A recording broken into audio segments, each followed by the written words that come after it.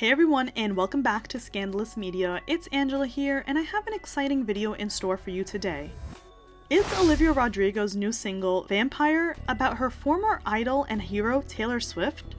Now either you're getting situated to hear the Scandalous tea or you're looking at me crazy. Either way, like and subscribe for more videos each week because I'm about to take you on a wild ride, and you're probably not going to find anything like this on any other channel. At the end of last year, we made a video called What Happened Between Taylor Swift and Olivia Rodrigo. And there we spilled the tea on the writing credits drama and Olivia and her producer hinting at some shady business happening between Taylor and Olivia when Taylor got credited on Olivia's songs. That video went viral and is now gaining more traction after Olivia's song Vampire because of a fan theory suggesting that Vampire is about Taylor. Now there was a good portion of you guys who were living in a happy bubble where everything was just dandy and chose to believe that Olivia and Taylor were still besties and Olivia was still Taylor's baby. I told you that's not true, and my sources told you that's not true when I wrote a Scandalous article on my blog, and as usual, time proves all. Since the release of that video and now, Taylor and Olivia have been notoriously shy of complimenting or supporting each other publicly, let alone in private. Their dynamic shifted big time. It went from, oh my god, Taylor Swift is my idol and I'm her baby, and Taylor being so proud of Olivia and even recruiting her and fellow Swiftie Conan to promote her Taylor's version albums, to Olivia and Taylor walking right past each other at the Grammys and ignoring each other.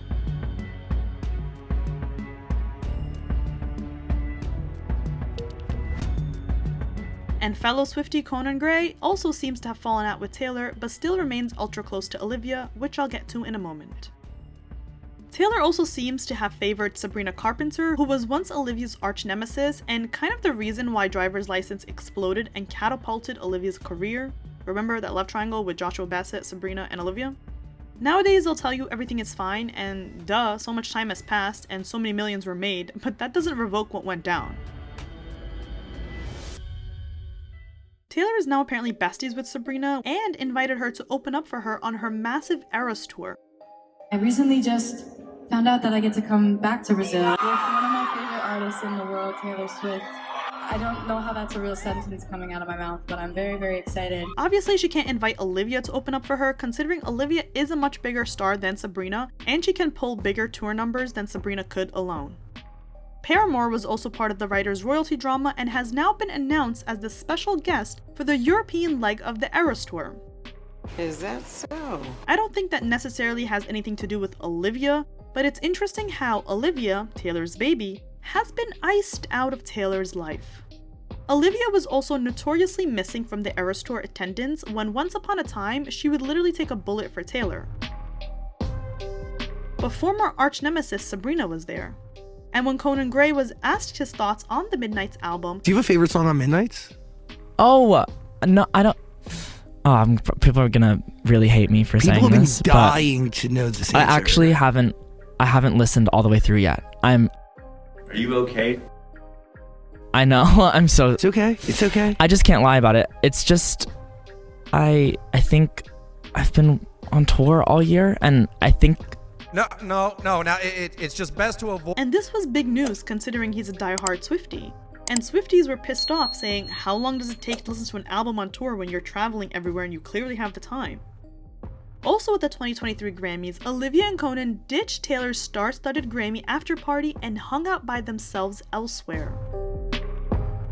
Now I did a whole breakdown on Taylor's behavior at the 2023 Grammys where she and Olivia ignored each other, and how I believe that the Taylor era we're in right now is still giving a tease of her in 2015 and 2016 where she was ultra exclusive, popular, rebranding as the mean girl everyone loves, and basically, it sucks to be her hater. Everyone adores her, the Eras tour is massive, and her re-recordings are so successful despite the fact that she's literally not releasing anything new. She's breaking records by re-recording albums everyone has already heard, and yet she's still dominating the game. But on the other hand, she's being called out for supposedly being selfish and greedy, with the Ticketmaster fiasco, her performative activism with the Maddie Healy drama, and now possibly being a blood-sucking fame f***er as Olivia sings. Let's talk about Vampire. Now obviously I'm going to preface by saying that this is just a fan theory. It's kind of spreading like wildfire on Twitter, and a lot of Taylor's fans believe it's about Taylor.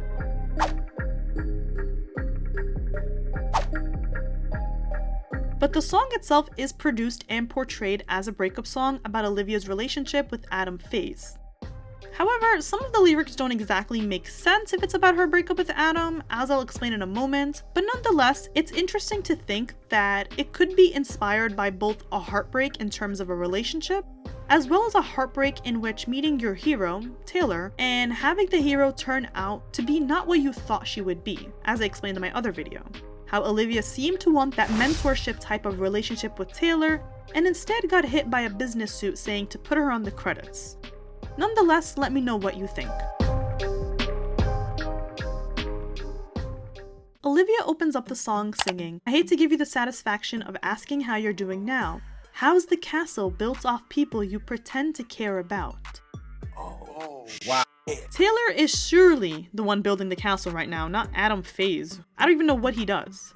But Taylor, she's, building a huge castle right now by re-recording her albums about her past lovers. And this also may be shade at the Ticketmaster fiasco, which I know Taylor's PR team spun in a way to make it seem like Taylor was some harmless victim. Yeah, a multimillionaire with decades of industry experience and tour experience was a victim. Sure. But I did make a blog post about that, explaining the shady side of Taylor in that situation, especially with the drama surrounding dynamic pricing, which is a conversation everyone leaves out when talking about this drama. So check out that blog post if you want the tea. Anyway, Taylor was called out by fans for being greedy and how she tried to use the same formula that she used for the Reputation tour. There she had a system set up in place where the more money you spent in merch, the more streams you do, interactions and so on, you get more points. And the more points you get, the higher priority you have to get tickets. So basically, the more money you give, the better chance you have to secure spots where you can, ding ding ding, give more money. But you do that before other people. Olivia sings, "I see the parties and the diamonds sometimes when I close my eyes. 6 months of torture you sold as some forbidden paradise." Olivia and Adam dated for roughly 6 to 7 months, so this lyric seems to be about their short-lived romance.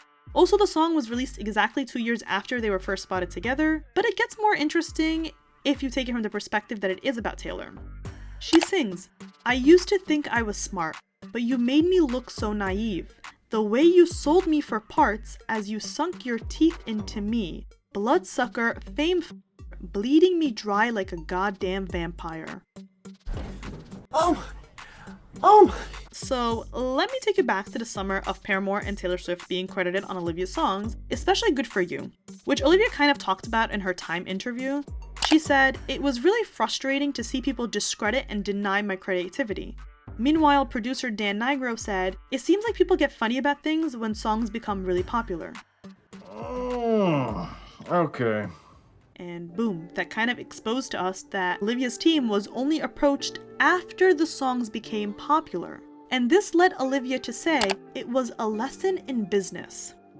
Olivia probably thought that she was so smart as she broke out of her circle as another Disney chick and made it into the mainstream world, breaking records set by none other than her idol Taylor Swift.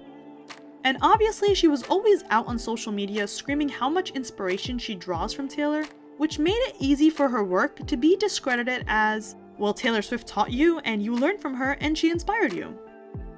This is something I also said in my blog post about them, exposing the Scandalous tea, where a source told me, originally, Olivia didn't directly sample anything and everything was under the umbrella of inspiration, and that there was a lot of back and forth on whether or not it counts as sampling.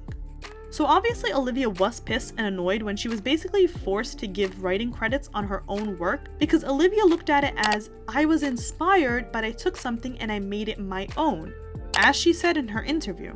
Now I can see how this situation can be spun around for Olivia to feel like she was sold for parts, as everyone was coming to cash in on an opportunity to be on one of the world's biggest songs of the time, and in turn, Olivia lost millions. Bloodsucker, bleeding me dry like a goddamn vampire. Her bank account definitely took a hit when she gave up millions of dollars in royalties during the drama. Again, I discussed this drama in my other video where I went into detail about whatever is rightfully Taylor's and Paramore's, so don't think I'm saying they blackmailed their way onto Olivia's territory. I'm just adding additional details to the drama. The next portion of the song seems to talk about her relationship with Faze, As she sings, "And every girl I ever talked to told me you were bad, bad news. You called them crazy, God I hate the way I called them crazy too. And went for me and not her, cause girls your age know better." Because Adam and Olivia had a 6-year age gap and they started dating the second she turned 18, so that was a little interesting. This can also be interpreted as Taylor going for her throat as a young newbie, as opposed to picking on an older and more industry-savvy celebrity.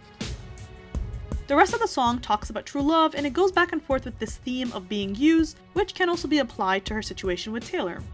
Either way, it's an interesting theory to think about. I definitely think it's possible that some of the lines were inspired by her feud with Taylor and the heartbreak she had after meeting her idol and seemingly not getting along with her. Or it can be your basic Olivia Rodrigo sad pop rock song about a dude that didn't treat her well. What do you guys think? Well, that's all I have for you today. I hope you guys enjoyed this video. Let me know what other content you want to see. Do you believe that Vampire was kind of inspired by Taylor, or is it solely about Adam Faze? What do you guys think about Olivia and Taylor's relationship and how they just don't talk anymore, and how Olivia is not even at the Eras tour and there's no support on either side? Let me know what you guys think in the comments down below. Like and subscribe for more, follow us on our social media, and as always, I'll see you next time.